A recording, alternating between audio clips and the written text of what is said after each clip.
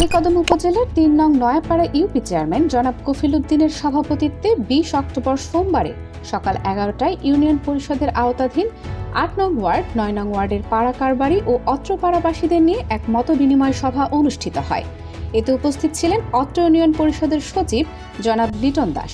এছাড়াও উপস্থিত ছিলেন ৩ নং নয়াপাড়া ইউনিয়ন পরিষদের ৬ নং ওয়ার্ডের ইউপি সদস্য জনাব জাহাঙ্গীর আলম। ৩ নং নয়াপাড়া ইউনিয়ন পরিষদের সংরক্ষিত মহিলা আসনের ৪, ৫, ৬ নং ওয়ার্ডের মহিলা সদস্য কোহিনুর আক্তার সহ ৮ নং ওয়ার্ড এবং ৯ নং ওয়ার্ডের পাড়া কারবারি এবং অত্র পাড়াবাসী সহ ২ শতাধিক লোক।